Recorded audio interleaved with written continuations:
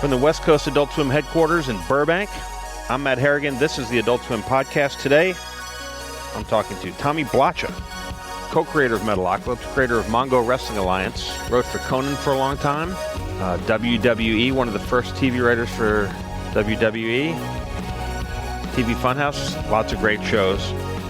He's a funny guy. Here he is now. You were at Conan for what, 5 or 6 years? 4 years. 4 years? Yeah. Do you remember your first joke? Or your first funny thing? The first great thing that worked for me that I liked, because I applied for, I was a college roommate with Andy Richter, so I applied for the first wave of writers with it was like, hey, Conan O'Brien's going to have a late night show. Did you know of him before? Not really. Just the fact that, like, oh, he wrote for SNL and The Simpsons and all this, and the show Not Necessarily the News, which I liked on HBO years ago, and even Andy wasn't going to be the sidekick; he was just a writer, and so I submitted, and we didn't know what it was going to be, or anything, and then didn't get hired in the first wave, and then started to see it, and then Andy, in his way, is like, yeah, I guess they're going to make me the sidekick, it's like, I'm just like charming and funny and hanging around the office, and they needed a good, shill. It worked. You guys were roommates? In college, yeah. Wow, that's wild. Yeah, in Chicago. Yeah, we had a apartment together, lots of good parties and madness you wouldn't believe. But so then, like, the one guy, about a year into the show, I just got a call. And it was great because I had been selling marijuana for a living in Chicago, and it was weed dealer. Yeah, well, don't be so disparaging. Now it's an industry. That's right. You were ahead of the game. Yeah, it was incredible. Like, Chicago was so friendly. I went to School of the Art Institute and Columbia College, Chicago, and but at a certain point, I was like I didn't smoke weed, and I just on Friday, I had a separate phone. And I lived with my girlfriend at the time, and I said, Friday, just stay out of the house 9 a.m. to 9 p.m. And everyone I knew that, because this business kind of like, it was all like people like, I'd like to buy 6 quarter ounces for my theater group. You have any trouble? None. No. Nothing. It was cops, nothing. It was people sticking you up. It was amazing. I sold to a cop. It was neighborhoody. It was just right. Family business. And that's why weed, is what it is. So yeah. Right. Anyway, so I just stopped. I said, like, I gotta, get into like something. I have aspirations to do something creative, and I was making an independent movie with a friend, which now means nothing because I didn't want an idiot with a camera as IMDb makes a movie. Phone. 1992, like, it was like something, and the whole thing like fell apart bad, and I was like so like depressed, and I'm like, oh man. And then that day I got a call. It was Andy. It was like, hey, they saw your pack and they want to hire you. And I never had like a wave of like just chemical change in my body from depression that just with one phone call, like, fuck, I tried hard, this thing fell apart, and I'm 30 and I'm not doing anything creative, and now I'm fucking back to square one.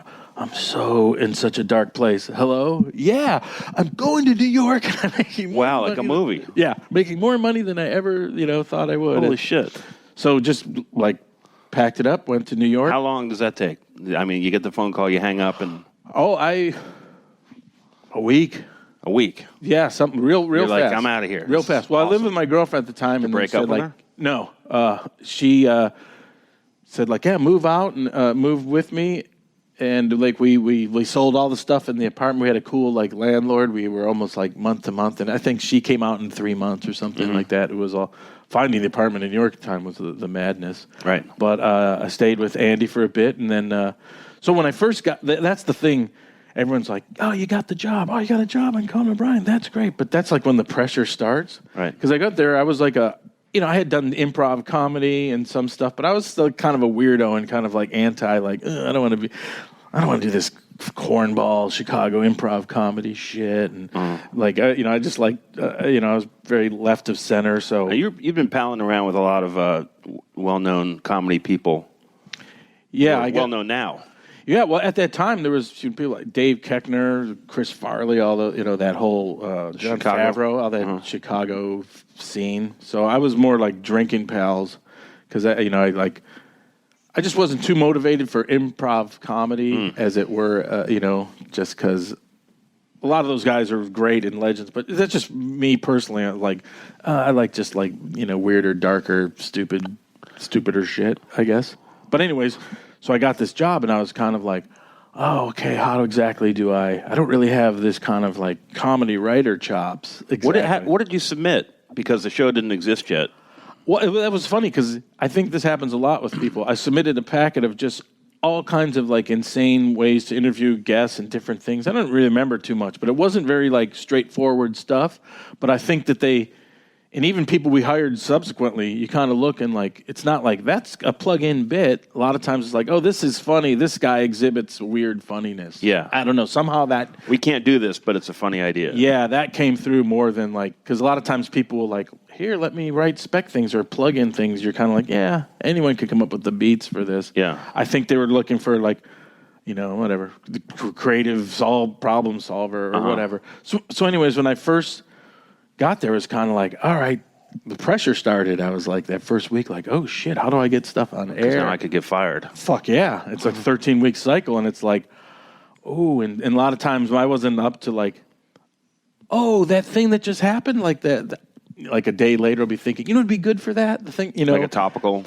Or just my mindset was kind of like, oh, let me, ruminate on that. Oh, it'd be good. No, that's over. The pace. Yeah. The pace was so daily that you kind of be like, now I get what to do with that. There was a lot of that for me. You didn't have a day to I was a meandering creative weirdo that like did whatever videos and weird shit at the time. So I'm like, oh, no. You don't have a Bob Dole joke ready to go based on the you debate. Don't have that real time problem solving, which is like which is the big thing for production, comedy production. Yeah. Like, oh, that pressure. And that was, as you know, pressure and anxiety. Yeah. And so I was kind of like floundering, but like kind of like for a bit. So I came up with the bit was, hey, different directors have directed the show, and I just like pitch it to like, hey, let's say that, because when you'd have those pitch meetings, be like, okay, it's really, all right, some new ideas. There's no fucking, okay, you get up, take your clothes, let's see your penis. How big is it? Oh, you said it was this big. It doesn't seem to be that big. Let's look at it under the light, Everyone gather around. Yeah, it's tough. So I came up with a thing that said, hey, we got a lot of different style directors that directed this show. A lot of them didn't work out, and then you say like, this guy directed Swedish movies. And then we do like a black and white weird, Ingmar Bergman thing. Mm-hmm. And so I just had some beats, and one of them I kind of introduced where I said like, this action movie guy did it. And I just like wrote a simple thing, just like these dumb beats were like, for whatever reason, we, and at the time, this was more dynamic. Like now it's nothing like, oh, we'll we'll do like a CinemaScope thing and we'll film look it. And luckily, everyone was so backwards, all the editors back in the 90s, that like any kind of filmic techniques and things, they were like, hey, you're a genius. Like now it's just like push a button. Filter, Yeah, it's fucking nothing. So, but I was like, hey, let's get like some squibs. Get Andy and some squibs, and they have Andy have Max Weinberg for no reason have a shotgun, you bastard, and shoot, and Andy will go in front of Conan and his fucking chest will blow up. And I don't think anyone ever pitched like weird shit like that. Like, let's just shoot him and have squibs. Like we gotta, when I started to realize like we got a budget and a prop thing, that'll be fun. You can start spending some money. Yeah, because I had messed around with some of that stuff and like, it's easy. You put a plate in, so everyone's like, yeah, let's do it. And they pre-taped it, and it was like exciting, and then it worked. Like for whatever reason, when that bit and we did these other bits, like that were like odd, sort of like and a weird Italian director, and I just did like suddenly there's a muscle man, and then Andy's in just in a wig, and then there's a monkey, just weird shit like that, and they all kind of like worked pretty good. And then when he's like got shot and blood came out, it was like, everyone went crazy. And then Conan came out and said like, that was great. That really worked. And it was really dynamic. You were the new guy. I was the new guy, and it was like kind of a good dynamic thing. And I was like, that was like when I was like, I think I can. You can relax. I can relax, and I can, a little bit, at least be like, I can find a niche. And to have that be your first sort of paying job in comedy, what great training. Fantastic. For the future, right? Yeah, it was kind of like, where do I go for? And then I went to wrestling, which was even more maniacal at the time. WWE, WWF, WWE. yeah. At the What's time. the difference between those two? Well, WWF. There is no difference. WWF forever. We used to be back in the '60s the WWF, Worldwide Wrestling Federation, and from my knowledge, there's a World Wildlife Fund. Right. WWF, and usually by the letter of the law, they can coexist because the thing being like, I wanted to donate to pandas and I instead gave it to wrestlers. Like, well, if you're that stupid, if they're so different, it's so the average person cannot confuse them. I think Vince McMahon, I'm not sure if this is true, kind of sued the WWF because it didn't. I don't like anything else being called WWF. Yeah. And since it went to an international court, which is different than what his guy Jerry McDevitt, his local judge. Well, no, his lawyer for years can handle a lot of stuff in America. The international court was like, no, we side with animal welfare against professional wrestling. You must change. So they had to change it. And I've never liked the name because it doesn't. For me, Vince McMahon has a weird thing against. I don't like to say wrestling or. He doesn't use the word wrestling? Well, he doesn't use the word wrestlers. You got to be a superstar. It's a WWE superstar. Wow. Doesn't say wrestlers and doesn't say and has an aversion to the championship belt. It's not a belt, it's a title. So it's a real culty vibe at the WWFE. Yeah, I think it's an internal. I think so. Led by a charismatic leader. Yes. Yeah. Are you in that cult, or have you escaped? I'm out of that the cult. I'm a survivor of the cult. Yeah. But at the same time, I guess it'd be like if someone be like, "Well, you're a survivor of Jim Jones." Yeah. So Jim Jones was evil. No, I think Jim Jones was very charismatic. I've loved Vince McMahon. He's treated me nothing but great. He's incredible. Absolutely. But you go from Harvard Lampoon to wrestling. But I never. I the two different worlds colliding, right? You'd think. But then back then, I knew everything's wrestling. And look at the world we live in today. It's all wrestling. It's like it is all wrestling. Yeah. But anyways, here's a good story. I didn't go to Harvard, right? Right. I had more like a white trash background that knew. I had my friend's dad was a wrestler. Mm-hmm. There's a Detroit promotion owned by the Sheik, so I kind of knew some behind the scenes stuff, and that's when I met and promoted to have wrestlers on Conan and cast them in bits, and that's when I met Vince and everything. And at the time, I would like talk to him like, oh, you need to do this guy needs to go over here, and like, oh, this guy knows wrestling, and why don't you come on down? And got involved, and there wasn't it was his son, there was another guy. There wasn't TV writers. In fact, the New York Times interviewed me because the story was like, oh, a Harvard TV guy is getting into wrestling because the ratings were blowing up, and it was that era. So the New York Times calls me, and they're like, oh, so this is interesting. So you're a Harvard guy, and you're going, and you're working for wrestling. That's kind of the angle of the story. And I'm like, well, actually, I don't know where you got that. It's just people assume comedy writers, Conan's is Harvard, but I'm not a Harvard guy. I never didn't go to Harvard. In fact, I'm like, my roots and how I know wrestling was more like this blue collar shit. And the guy, it was a woman on the phone, I forget her name, she's like, you didn't go to Harvard? And I'm like, no. And then she giggled and went like, are you sure? And I went like, no. Okay. This is another disappointing way of how the world works. So I'm like, no, I didn't. Okay, interview, fine.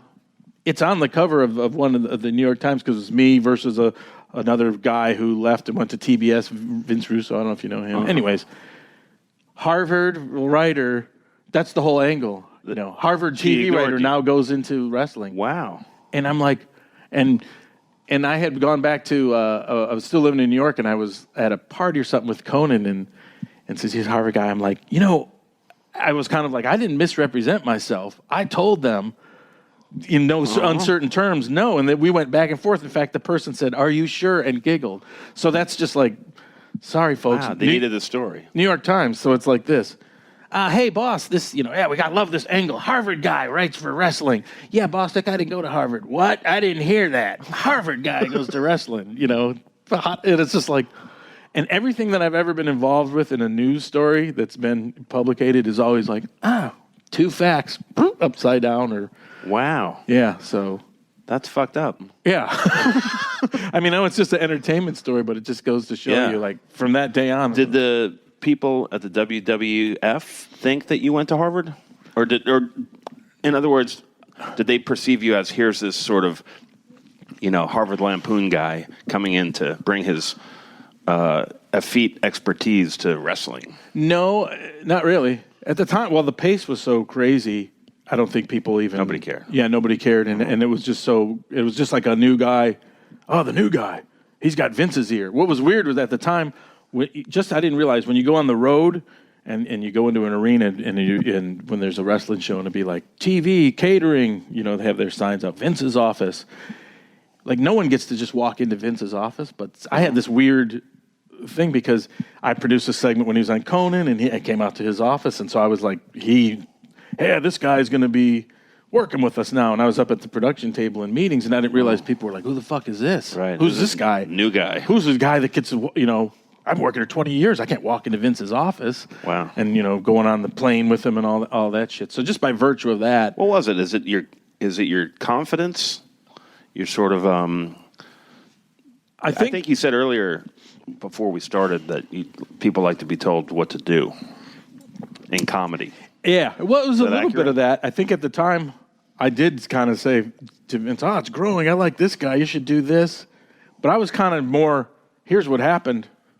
Good lesson in life. I was just trying to crack him up and then help produce his segment and then, show my expertise about wrestling. And I just cracked him up a lot, really. You made Vince laugh. I don't think I've ever seen him laugh. Yeah, he laughed. Yeah. Yeah. Oh, my God, it's fucking incredible. But so...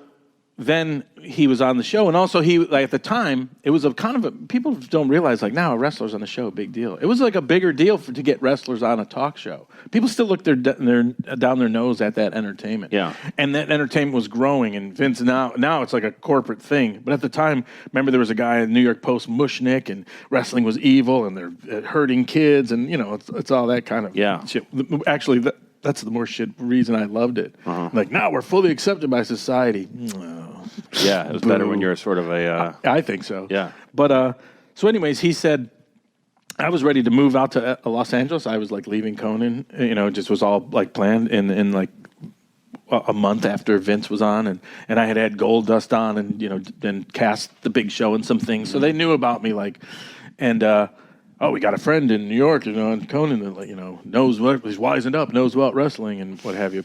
So then the greatest thing was I got a call from Vince McMahon at my home and Vince McMahon. And at the time it was just with my girlfriend. Does he call you or does he it called hold me for Vince? Personally? Oh. He called me personally. He's like, hey, what do you I heard you're leaving the show. Like a weird thing. Heard you're leaving. Yeah, why don't you come down and let's talk about some things. And I was like, okay. And it was just that. And I was like, I was just like, I'm walking on air. It was amazing. So went down to his Connecticut office, and he's like, why don't you come down to a couple shows and consult? We'll give you $1,000 a night. I'm like, okay. And I had plans to move to California. So he opened up in his office. At the time, this is before 9/11 and everything. He opened up his big book with handwritten things. Where do you want to go? We're in Boston, we're in here, and I'm like, let's go to Louisville in here. That seems good. All right. And then his executive assistant at the time, they had a printer in the side office, and they just cut you airplane tickets right then. Wow. It was so sexy, 1999, just here's your tickets, and then and they also cut cashier's checks for two. Here's your per diem. Yeah, and I'm like, this is incredible. So, and you loved wrestling. Loved it. Went out there, and it was really kind of odd. So I'm who's this? Is this some cousin, or you know what I mean, or some Stephanie McMahon's new boyfriend? Right. Who's this guy? Son-in-law. The other guy, there's a guy, Vince Russo. He was kind of the guy, the right hand creative guy, and he was running stuff with this other guy, and he was sort of I didn't know who you are. You were coming around. It was kind of odd for him to be hey, now there's this guy. So. Did that for 2 weeks, and then the third week I was like, well, that was fun. I'm going to move to California like I thought. And this Vince Russo guy, was nice, and I was am I stepping on his toes? I don't know. It wasn't really here's a job. It was just come hang out and paid you some consult. So it was kind of weird, but it was fantastic. So helped produce some stuff and kind of went to some different cities, and then like I was like, oh, I think that's it. And so I called, or I was talking to Vince Russo, and I said, yeah, I think, and this third week there was a show Monday in Madison Square Garden, and then Tuesday in Nassau, Long Island, Nassau Coliseum. And I go, it was nice meeting you and everything. I think that was great. That was fun, and I'm gonna, continue with my plans to move to California and get a job on The Simpsons or whatever the fuck I was gonna try to do. And Vince Russo goes, just go to TV and next week in New York. You live in New York, just go like one more week, just And I'm like, I don't know, I feel bad. Like, no, just go next week. Just go. You feel like you were like pushing? Yeah, like I don't know why. I don't need to. Like, just go one more week. It was really weird. So I was like, okay. I went that next week, and Vince and Shane were there, and they're like, hey, we'd like to talk to you. And I'm like, what? And he goes, well, Vince Russo and another guy, they have left. That goddamn asshole Ted Turner has hired them away to TBS or WCW. If you remember this was the beginning of the Monday Night Wars. Yeah. Because Ted Turner, long story, wanted to buy the WWF from Vince McMahon, and Vince was a family business. So they loved each other, then they hated each other, but who knows how much they were in dudes. But Ted Turner then, real life wrestling. He bought Georgia Championship Wrestling, and he built WCW. So that was the beginning of them going after each other. So he stole Vince Russo. He stole those guys. Well, there's two parties in what they say. Right. But basically, he said like he hired him away, and people didn't know, and then like we're caught without anyone. And Vince McMahon goes, "We need you, man. Let's do the show." And we don't have a script. We don't have nothing. That goddamn Vince Russo left us high and dry. Subsequently, I talked to Vince Russo, and he said, I left everything. I left the script and everything. So I'm just telling you both sides. Right. So we have the yellow pad, like, okay, here's first segment, this. And that's how we used to do it, like yellow pad, and then have a production meeting in the city. And then right there, I was like sitting up there at the table with Vince and Shane and everyone, and like, then what happens? Well, the announcement was like, Vince Russo is gone, but we're going to forge ahead. So then I'm like, just on the fly, I'm producing shit, and I'm kind of, it's so fast, because that show is live. Yeah. And then after, the show ends at midnight, and like, okay, the crew's like leaving, they're setting up the next show in Long Island, for the next day, because it used to be Monday Night Raw live, Tuesday was SmackDown to tape that would air on Thursday. So we went to the next city, and then I'm like, set up some stuff, and there was a wrestler named Draws, and Darren Drozdoff, and I was like, hey, let's do a bit where, he's going to puke in a guy's bag. If you see Beyond the Mat, he's the guy called Puke. He could puke in a bag, and did a bit where like he's going to puke in D'Lo Brown's bag and set up a match. So he's doing all stuff. That's great. And during that match, Darren Drozdoff was a big guy, and he was all sweaty, and he fell on his head really awkwardly. And I was like there, and it was like, whoa. And he was like laying in the ring, just like heaving and saying like, I heard my neck pop. I'm fucked. He said something to that effect. I can't remember. And so it was like a second to the last match some of the night, and it was just crazy.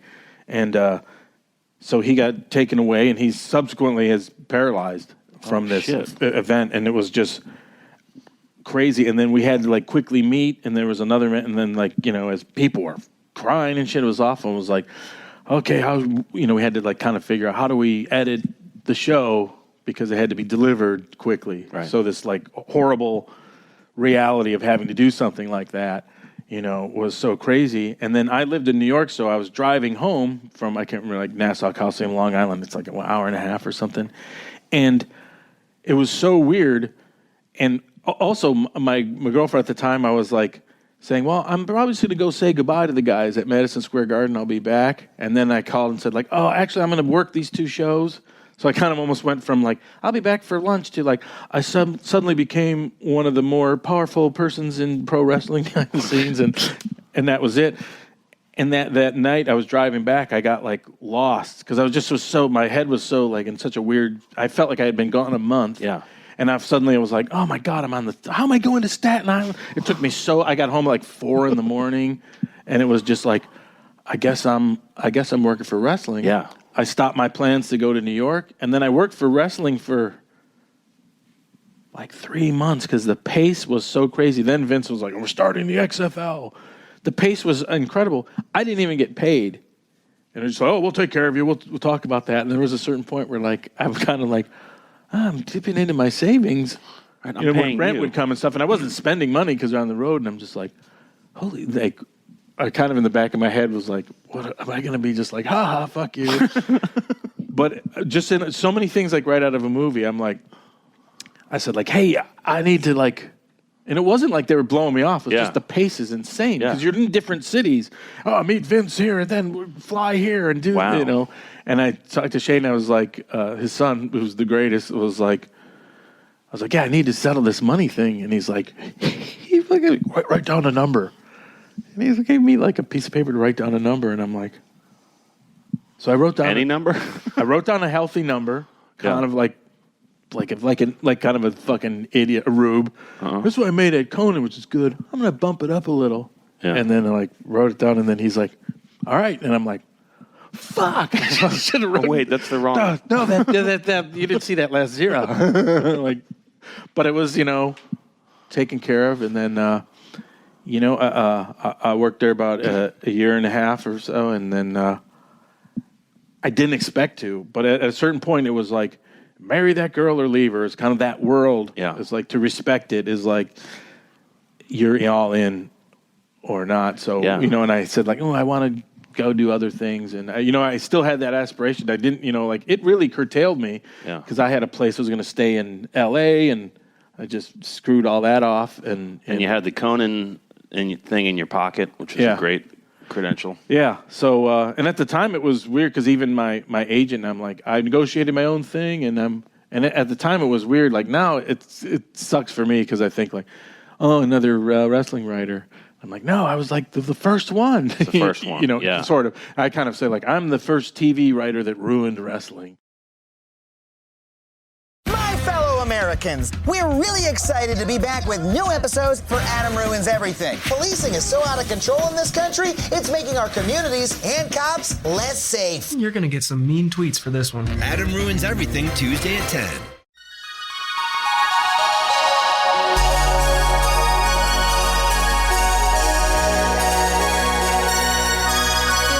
So you have Conan, and then you have WWE or WWF. Two pretty different worlds, but the same skill in a way, demanding of you. High pressure, creative problem solving. Yeah, and it's in a way, it's a similar skill. So and it's TV production. People don't understand that maybe about writing comedy. Is that seems an unexpected demand. Yeah, well, it's high pressure problem solving. Yeah.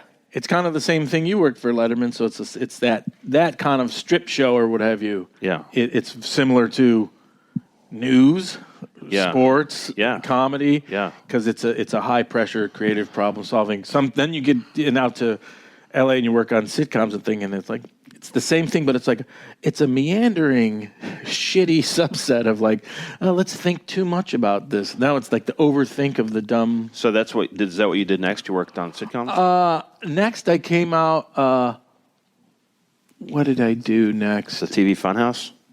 I did TV Funhouse, which was fantastic. Yeah. Which was like, animals, puppets, Smigel, madness. Yeah, boy. And what a great combination of things. Just a blast. And also, it was very unique to Robert Smigel in terms of like, hey, I want to do this. It was like a fake kid show. I want to do like a Black Sabbath parody cartoon, like the old Beatles cartoon. Okay, do it. And you did it. And then we had like the guy, Wachtenheim and Marietti, these two, those guys. Animators, Yeah, they were just like animating in the office. So it was just like this, just bite off more than you can chew. Do a bunch of cartoons. And so learned a lot about like cartoons. Yeah, you do the voice, so you'd be like, oh, you're writing, you're doing voices, you're on set. Was that the first cartoon that you made? Yes. The Black Sabbath parody. Then I did Stedman and Oprah. It's like Stedman is a fake superhero that does everything he can to keep from sleeping with Oprah. Pretty rude.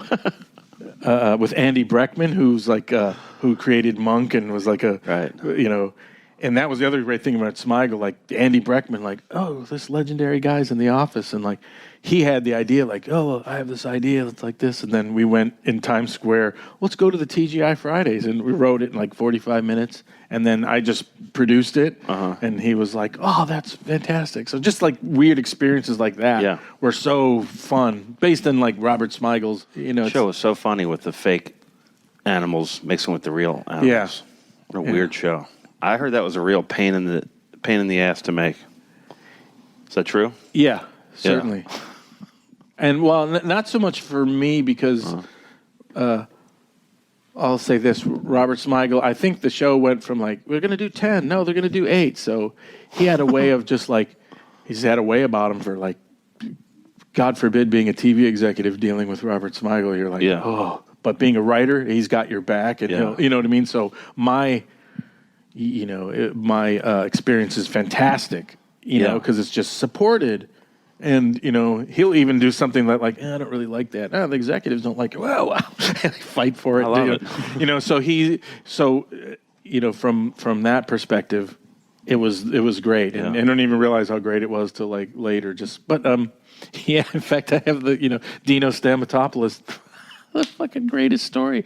I always call it the story's so great that when I told it, I underbellished it because there's no need to embellish it. So there was a scene where there was he was a goose as a puppet, Dino, and I was a couple other puppets. So you're sitting on apple crates, right? And you have a headset on, right? With because you're doing the voice with a microphone here, and the cameras are up on jibs, and there's a church setting, and there's these pews. So I had like a couple puppets like on a stick, and I think I had a goose where I had to say like, excuse me, and turn the head or something. So you're looking on a monitor, right, with your arms up like this for a long time, and and then the director's going to yell action, and you do it, and it's kind of backwards, so it's odd and awkward.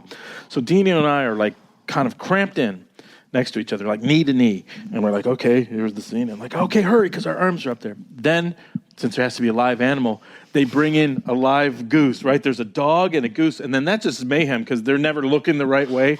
So it's like, action, and then like, hey, I've got the dog's, okay, cut. Well, fuck, can I take my arms out? No, hold on, we'll just reset the dog. Fuck, my arms are fucking tight. You're just like, oh my fuck, my arms. So Dino's across from me, and they bring in this live goose, which is big, and it's got a tether on its leg, and it's on a pedestal. And remember, everything's up high, and the cameras are shooting this way, so it looks like, oh, this is a church scene with pews. You don't realize Bill O is the weirdos, doing this. So this goose is on a pedestal, and it's big, and it's kind of intimidating, and it keeps looking down, and it's like looking agitated, and I'm like, all right, it's right above Dino, right? So we're like, okay, hello, here's the scene. Oh, and there's also like a flash pod in the scene, like, because God comes or something. So it's just, are you kidding me? Like, dude, okay, bring in the dog, flash pod, puppets, go, turn your, like, oh, I've got my line. This goose looks down at Dino. I'll never forget it. He's right here, right? Like, goose is up here, and a goose has a cloaca, which is a vagina and a rectum in one. And it opens up, and if you've ever seen like goose shit from like a golf course, but when you see it live, it's basically like a bird shit yolk inside like egg white. It's like eggy. It's not just like a bird turd. It's like an egg. So I'm like this, and I see the thing open up, and it just shits, and the shit's running down on Dino. And I'm doing my line like, oh, I've got to look out. And I'm looking, and the Dino is there, and Dino's about to do his line, and this fucking egg-like huge goose shit just goes boom right on his head, and I'm like, oh. And Dino's like, oh, fuck. And he gets up, and then the director's like, wait, what? Hold on. What's happening? And Dino's like, fuck it. And he's so grossed out, he like leaves, and then Smigel's coming in like, what's happening? And then the director's like, okay, reset. And I'm like, Dino's gone. Well, where is he? And they're kind of like, Dino, get back in there. And he's like, fuck you, fuck it. I got fucking shit on me. And when I told the story, I told it to Dino, and I'm like, he goes, you didn't tell the best part. The fucking shit went right in my mouth. And I'm like, oh, I underbellished the story. It's so good. I didn't. And so then he finally, he came back and he had like a grocery bag, a plastic grocery bag with the headband on, all in, and he's like, the goose, and they're like, I just never forget it. We're all set like that. I'm going to do it again. And the director was like, we can hear that crinkling. And Dino just like, too fucking bad. Fucking fix it. Just up to here. Crinkling. Yeah, because he was wearing a plastic bag because in case of goose shit. Holy shit. Stuff like that. So that got cut down to 8 episodes. Yeah. God, I'll just tell this one story too because it's just one of my favorite things ever. There was puppeteers there because from the union, because they had to have union puppeteers or something. Yeah. So they had, and a lot of these puppets, there was a turkey, all these kind of puppets. And they were there like constantly fixing them. So there was a table with hot glue gun fixing it. And Smigel didn't like one of these puppeteers because they had their like, well, here's how we do it as a puppeteer. And Smigel's like, no, he just wants like comedy timing. Uh-huh. So a lot of times it was just that like, even though you're turning a goose's head, it's slow burn or whatever, just timing. And they wouldn't get it sometimes. Like, whoa, they'd just like overact or just had that. But it was kind of like they would just be confrontational immediately. Smigel, I want to just do what he wants, how he wants to do it. It's a comedy show. Well, a puppet, Right. I got a birthday party. That's not being respectful to the art of puppeteering, or whatever. So one guy, and you have a headband with, like they said, the microphone down there, and Smigel, in his way, just goes, like the guy's this close, he's like, he can't do it. It's like, he can't do it. He just, Tommy, get in there, just, you do it. And so the guy was just like all sad and like, it was like, I'm a puppeteer, and he had to take the headband off, and I had to put it on in front of him. Like a crown. And he just like shuffled away, and there was this side table where all the puppets were being fixed, and I just remember him like sadly sitting down like mad at the table and picking up this magazine and going like this, and it said puppeteering. And I was like, I don't know why. I was just like, oh my God. I felt bad, but at the same time, like, so I'm to be fired, am I? Puppeteering. I'll be fine. I don't think he'll ever be on the cover of Puppeteering Guild. Fucking hey. That's funny. How'd you get hooked up with Metalocalypse? Well, I was working on a bunch of shows. I knew Brendan. You were working on Adult Swim shows? No, I was working on just a bunch of different shit. And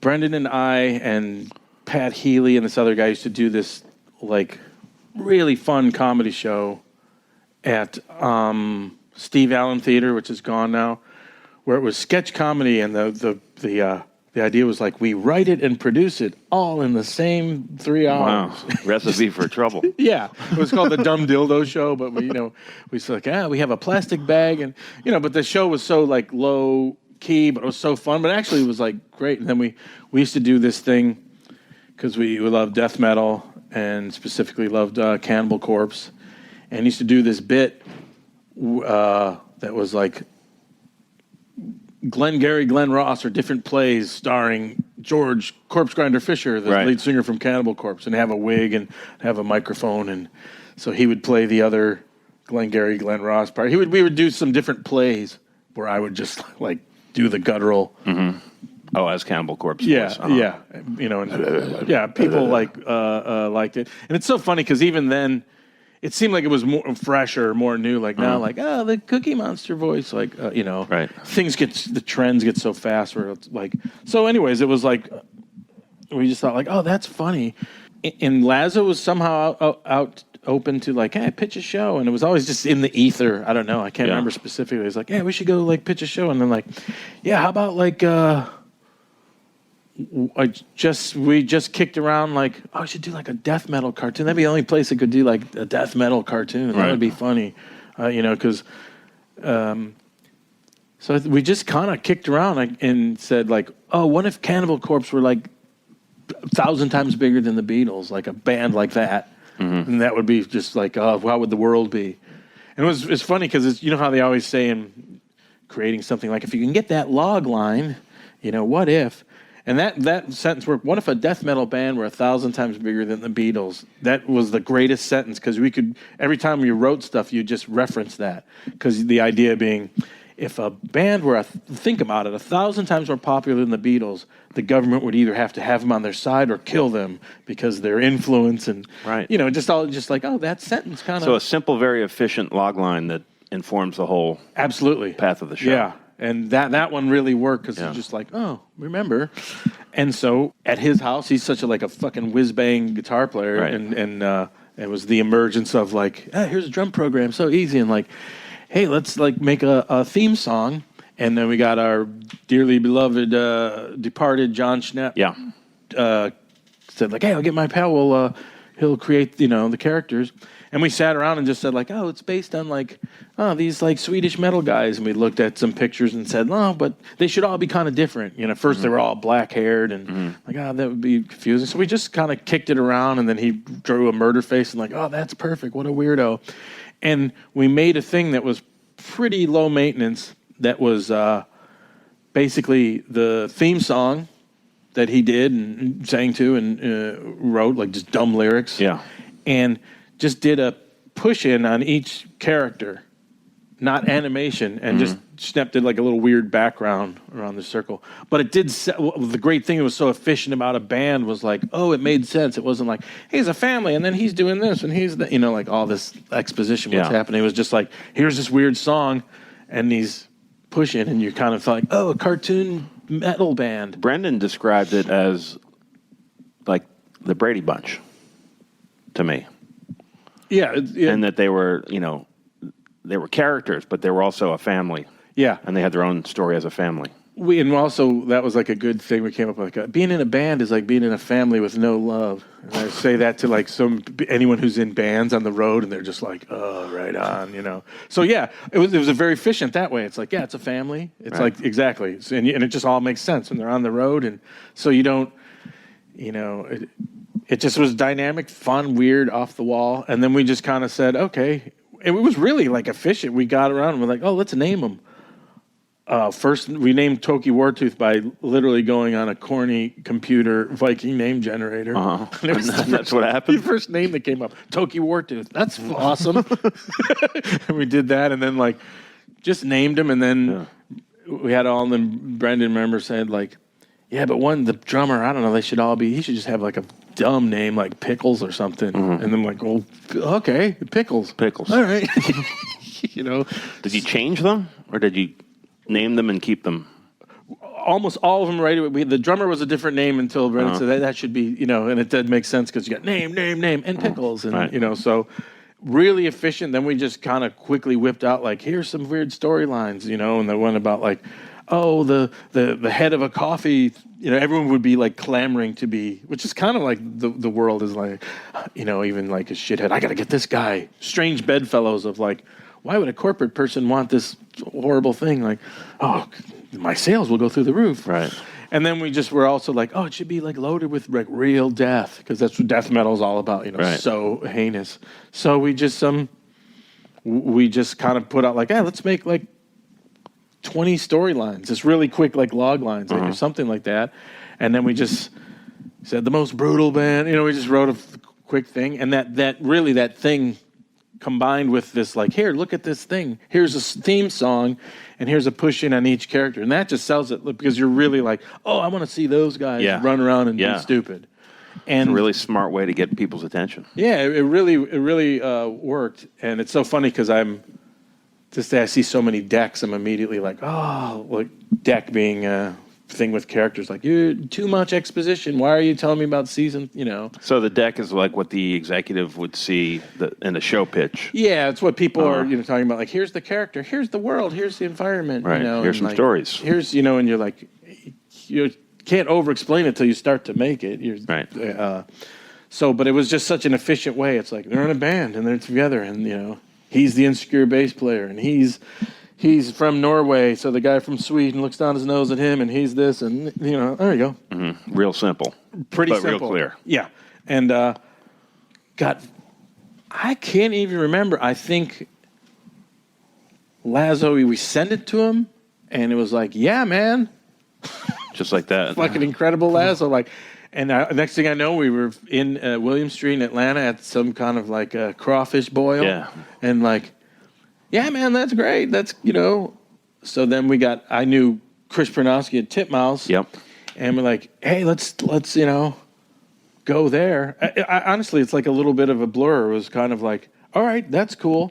And they were just moving into their building. So we kind of said, we were also at a first wave of like, with Flash animation, and let's just do everything here. If we do the voices, let's just get a booth at Titmouse. Let's fuck having sessions. The first time we had a couple sessions somewhere, it's like, oh, we got to have a session, and then recording session. That costs, recording session, that costs money, and we got to be ready where it's like, we can just be so flexible, especially nowadays. And that was happening then. It's like, you just need a computer. Yeah. I've gone in this whole wave of when you're an old school guy, like knowing like with a switch over to digital, you realize like you go into these studios with big, it's just going on them. There could just be a laptop there. Right. It doesn't really matter. Do it on your phone. Yeah. You got a decent microphone and a laptop and a curtain behind you. You do broadcast quality. Here we are. Yeah. Right. And so, I wouldn't say here, but, I love a key. So anyways, we, just kind of like Titmouse just started to get in that first building, put a little booth in there. Crawford came out and said like, hey man, do 20.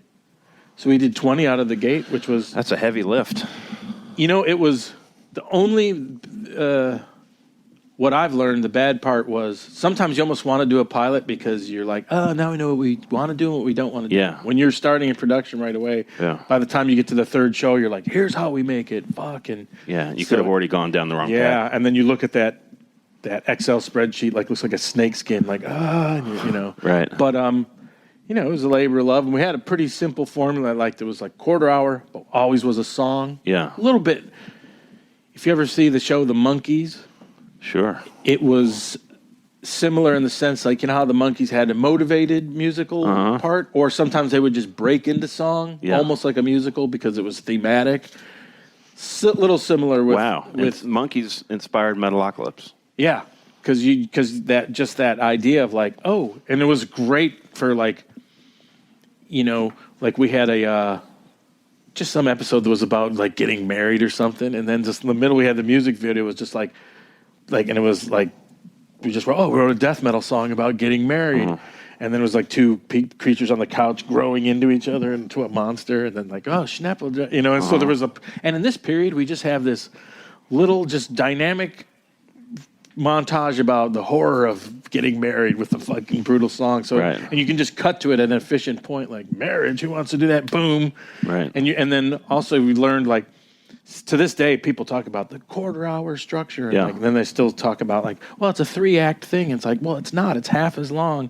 So when Metalocalypse, I think, really worked good, it was like a lot of times on the fly, we'd be like, let's just go out on that big joke there. That's where we just go out, kind of have a reset button, The luxury of the quarter hour. Yeah, and use that because a lot of times it's misunderstood because it's like, what's the resolve? And it's like, sometimes there's resolve, but when we had music and everything, there's not enough time, and it's so jam-packed that we just go out on the big joke. It's almost like improv comedy. Like a one-act play. When the person hits the lights, when you have like a little like, the big laugh, don't stop, and then like, oh, now I got to get a laugh bigger than that to go out on. Yeah. So you're just like, a lot of times we'd be like, you know what? Let's just end it there. And then we'd have a little post, we'd have that dynamic like, credits roll, and then we'd have a little post violence or some coda, or it was like those were always fun. It's like, oh, so it was really fun to get something like, oh, that's really. And then you did some 22s, some half hours, some 22s, and those it's weird. They become like a different animal a little bit because even if you're used to it, like sometimes it's like exactly like that, like the character. Well, I guess that's that. I guess not. I guess there's a bigger problem. It's just like, There's a twist coming. Yeah. And then, so you went back to the quarter hour. Yeah. Yeah. Those were just like a couple special. Actually, I stopped being involved in that season. Little went off and did some other stuff. Was just doing like voices. And then it ended. Yeah. But it was fun. Oh, it was really fun. Yeah. It's funny. So many people out there like, it doesn't get it. Like, what's the ending? It's like, yeah. How do you feel about all that? How about it's like the Lost or anything. Guess what, folks? We can tie it up if you want, but that's. Do you stand on this side? It should be tied up, or it shouldn't be tied up, or it doesn't matter. Shouldn't be. Shouldn't be. Yeah. Yeah. Unless they gave a lot of money to tie it up, then it should be. Yeah. Because it's like the fun to me was always the red herring of the characters. No, in fact, it was almost like a cliche. We've got to do something. No, we must watch them. And then like they are linked to the past. Once you start like, okay, what is the link to the past? Yeah. I guess like, all right, we can make one if you want. Sounds daunting. It is like the show Lost. You're like, everyone's into that show. Mm-hmm. What's the thing that they don't? When you're being a working professional, you just know in the writers' room, like, I don't know. We're just milking this success while it goes, and then it'll be. Here's the pen. Look at like Game of Thrones. Yeah, people were pissed at the way that ended. It was really no. It's a lose-lose. It's a lose-lose. You make something great, and it has to end. Yeah, and no matter what you do. The Sopranos. Yeah. How do you feel about that? I liked it because that David Chase such a weirdo. Like, I'm just going to have this dynamic, open-ended ending because I think he understood it is a lose-lose. Yeah. So make it up yourself, and there's no. Look at Seinfeld too. Look at MASH. Those fucking penultimate endings. They fucking stink. Yeah. Hard. Like really bad. No one's happy. No one's happy. Yeah. So I do like Sopranos. At least it's like weird and dynamic. It's like Hitchcock. What the fuck? Yeah. It's where Game of Thrones was like. I'm not a weirdo like that and whatever, but the thing that got me was like, wow, it's just a couple like green screen things, and then they're all sitting under a tent saying things. Yeah. So what was it like then combining comedy, wrestling in one with Mongo Wrestling Alliance? So you get your own show. Yeah. What's that like? It's a dark period. Yeah. Is it a dark period? A little bit for me. Why? It was a tough production. A couple of just went with a Romanian company, and some of it just is a case of like, man, the monster of production can like, ooh, if you don't have your shit together, you gotta like, you're just compromised. You gotta go. So there's a lot of stuff I wasn't quite happy with because, we tried to do this half. Really, what it boiled down to. Tried to do a half sort of CGI, 3D, and 2D. So kind of like this ambitious thing where like the in-ring stuff will be like CGI, because it was starting to be affordable. So that didn't quite like work. It's like, oh, the characters don't match, and just that made it like just a catch-up game all the way. And so that was kind of like devastating because you don't want to be like, hey, we need suddenly twice as much money because this kind of highfalutin idea didn't really pan out. So we were catching up and had to then just like switch it back to almost all 2D and then just getting caught up in that. So there's a lot of shows I really liked and were funny and some good premises, but it obviously didn't go a second season. And but that was like, that's a bitter pill when you're just kind of a lesson of like, you got to have can't really be experimental if you don't have the wherewithal to be like, hey, we're going to do a show and then we'll see. It's got to be frustrating if you're such a hands-on, instantly creative person, controlling people in the wrestling ring, very immediate to having these sort of things that are happening in Romania. Yeah, and you don't have as much immediate control over it. Really, and it wasn't even it was just the one. It was just a very simple thing. A lot of the 3D characters didn't match, and when you cut to it, it was jarring and wrong. It kind of was like, you know what? They should all be one way or the other. They can't mix. So we got to switch it up. And then just that alone is like, it's one thing to have deep pockets and like retool, but when you're in your low budget thing that you're midnight animation. Yeah, you're fucking yourself. So that just became a scramble, and no one's fault other than mine really than to be like, we're going to try this thing and see how it works without that, without really always thinking ahead. Hey, what if it doesn't? How will we be fucked? What's our plan? How will we be fucked? Yeah. So are you doing, is this what you thought you'd be doing with your life? Comedy? I don't, I like say storytelling or TV production. Let's say comedy. Yeah. That's what you say like that. Comedy. Comedy. I don't know. I have Storytelling. an aversion to the word comedy. I mean, yeah, I'm pretty. I guess when do you know that you were funny when you were a kid? Yeah. Yeah, my mom was like super funny. Yeah, just Funnier than your dad. Yeah, bombastic weirdo. My dad was a really like sullen, not sullen, but like pretty fierce looking guy, like World War II medic, Battle of the Bulge, kind of like, but he would crack up, and he was so straight, like hardly swore, but he didn't have the demeanor of a, like a good Christian guy. He had the demeanor of like, like a kind of a stern, tough guy, but he was very kind of introverted in a way, but he would laugh at the darkest shit sometimes, like giggle, which always like struck me odd. And he would say something hilarious, one thing every 6 months. But your mom was much funnier. Yeah, my mom was just a fucking, she used to do things like never, in fact, since they're both passed away, I can say it. She would never, it would be horrifying if I told this. Oh, that's ridiculous. She'd be like that. But she used to do like weird things, like she had false teeth from an accident. And I would be like, when I was little, and she'd like look at me and then just like let her teeth drop out. And, like, goofy shit like that. Just like real, like, whoa. And she'd, like, and you're like undeniably like funny. And just like open farting sometimes. Like your mom would? Yeah. Just because it bugged me, but I just... Yeah, she was like bombastically funny and weird at home, but then always put on airs to people. Oh, you'd never like. How do you want to die? How would you like to die, Tommy? The older I get, I think more like. I don't know if I want to die in my sleep, because that seems, I don't know. I guess when we just put our one dog down recently, and it was kind of perfect. He was 20. Yeah, wow. And, his eyes were gone, but he could still fucking eat. And we'd kind of like, okay, his back legs are weak, and sometimes, this poor thing, when he takes a shit, he falls over in it. Let me clean him up. And like, so when is the time And then there was just like a time when it was blank. You kind of like, so we had the vet come over and put him down and buried him in the backyard. Wow. Actually, now the older I get, I'd like to spend everything in the shell and still have a couple breaths.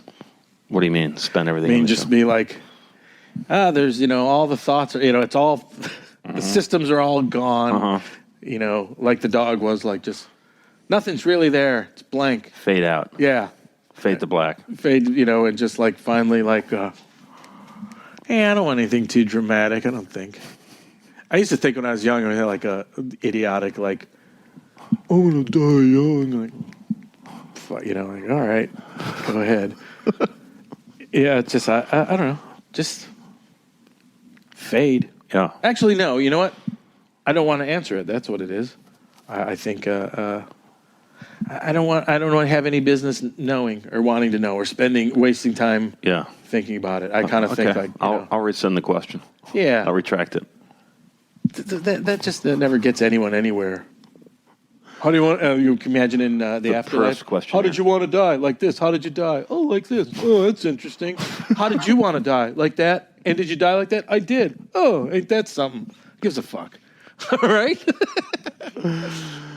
Ain't that something? I'd like to die by snake bite. How's that? Put something on the record. Exotic snake bite. That's exactly how I want to go. In a classic fucking car.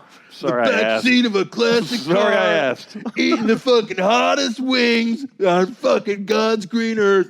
Fucking double fucking the hottest chicks you ever saw and just fucking heart attack. I'm glad I asked it now. Yeah. Yeah. And then St. Peter's going to be like, hey, hold on, dude. I'm going to ride that classic car right through those gates and say, you fucking back off, dude. I've arrived. How's that? That's great. That's great. Tommy Blacha. Music from this episode of the Adult Swim Podcast is a song called Burn Bridges from Dom's album, Sun Bronze Greek Gods. Visit adultswim.com/podcast for links to some of the things Tommy and I were just talking about. Send your comments to adultswimpodcast@gmail.com. We take requests, we take comments, criticisms, whatever you like. And thank you for listening.